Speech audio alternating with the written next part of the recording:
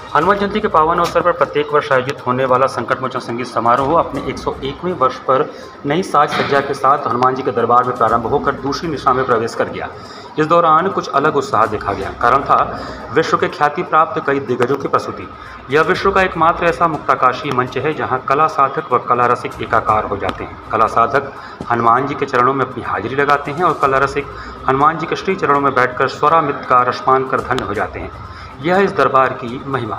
निशा का शुभारंभ पंडित यू राजेश के मैंडोलिन तथा पंडित शिवमणि के ड्रम व हरप्रीत मानसेटा के कीबोर्ड की त्रिबंदी से हुआ। प्रस्तुति का विशेष आकर्षण रहे शिवमणि।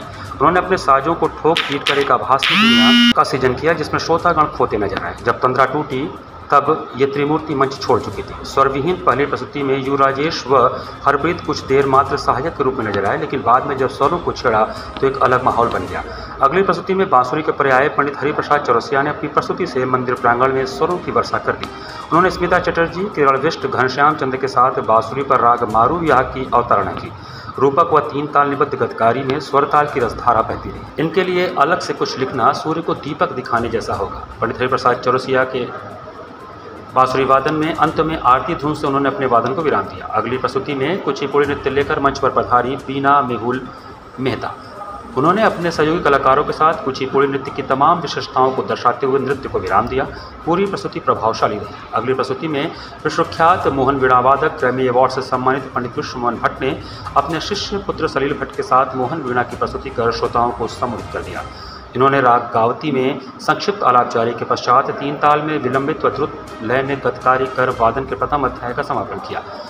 लोगों ने वादन का समापन एक भजन धुन से किया। इनके साथ तबले पर हिमांशु महंत ने लाजवाब साथ निभाया। पांचवी प्रस्तुति में विदुषी कलापिनी कोमकली व पंडित भुवनेश कोमकली ने युगल गायन प्रस्तुत किया। इन लोगों ने सर्वप्रथम राग शंकरा में झपताल व तीन ताल में बंदिश गाने के पश्चात बागेश्वरी में तीन ताल निबद्ध बंदिश गाने के बाद एक भजन व निर्गुण से गायन को विराम दिया।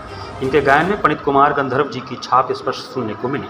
इन लोगों के साथ तबले पर रामेंद्र सिंह सोलंकी व पवन सिंह ने अभिनय, रंबादे ने हारमोनियम व अनुरोध जैन ने मंजीरा पर कुशल भागीदारी निभाई। छठवीं प्रस्तुति में युवा गायक बंधु प्रभाकर कश्यप, दिवाकर कश्यप ने अपने मधुर गायकी से भोर को निमंत्रण दिया। इन लोगों ने राग नट भैरव में विलंबित एक ताल व तीन ताल में बंदिश गाकर गायन के प्रथम अध्याय को विराम दिया। इसके बाद आरती हुआ और फिर शुरू हुआ दूसरा अध्याय।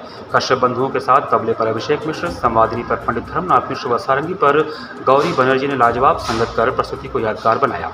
अंतिम प्रस्तुति में कोलकाता से पधारे पंडित सूर्यरंजन मुखर्जी ने सरोद वादन करते हुए राग बसंत मुखारी की अवतारणा की। आलापचारी के पश्चात तीन ताल में गतकारी कर आपने जब वादन को विराम दिया, भुवन भास्कर की किरणें मंच को चूमने आ गई। एक अद्भुत दृश्य देखने को मिला। इनके साथ पंडित समर शाह ने तबले पर अत्यंत मधुर संगत कर एक यादगार प्रस्तुति बना दिया।